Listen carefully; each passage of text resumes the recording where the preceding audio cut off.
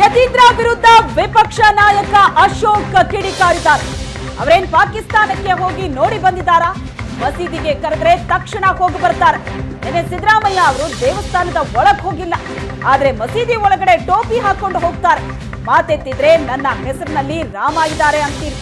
ಅವರ ಹೆಸರಲ್ಲಿ ಇರೋ ರಾಮನ ಹೆಸರನ್ನ ತೆಗೆದು ಹಾಕಿ ಸಿಎಂ ಸಿದ್ದರಾಮಯ್ಯ ಪುತ್ರ ಯತೀಂದ್ರ ವಿರುದ್ಧ ಅಶೋಕ್ ವಾಗ್ದಾಳಿ ನಡೆಸಿದ್ದಾರೆ.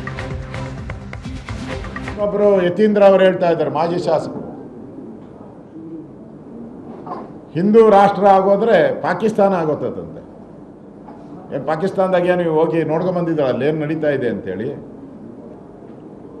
ಭಾರತ ಹಿಂದೂ ರಾಷ್ಟ್ರನೇ ಇದು. ಹಿಂದೂಸ್ತಾನ್, ಹಿಂದೂ ಮಿಷನ್ ಟೂಲ್ಸ್ ಇದೆ, ಹಿಂದೂ ಏರೋನಾಟಿಕಲ್ ಲಿಮಿಟೆಡ್ ಇದೆ. ಇಲ್ಲಿ ಬಹುಸಂಖ್ಯಾತರು ಹಿಂದೂಗಳೇ. ಇನ್ನೇನು ಮುಸಲ್ಮಾನ್ ರಾಷ್ಟ್ರ ಮಾಡಬೇಕಾ ನಾವು?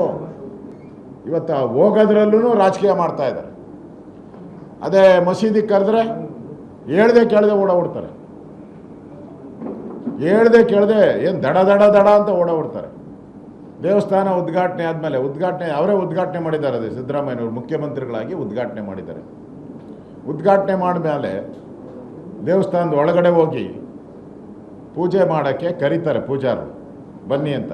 ನಾನು ಬರಲ್ಲಪ್ಪ ಅಂತಾರೆ. ಅದೇ ಬೇರೆ ಕರೀಲಿ, ಟೋಪಿ ಹಾಕೊಂಡು ಟಕ್ ಅಂತ ಓಡಾಡ್ತಾರೆ.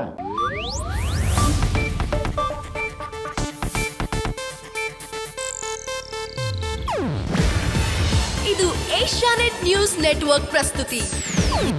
ನೀವು ನೋಡ್ತಿದ್ದೀರಾ ಏಷ್ಯಾನೆಟ್ ಸುವರ್ಣ ನ್ಯೂಸ್.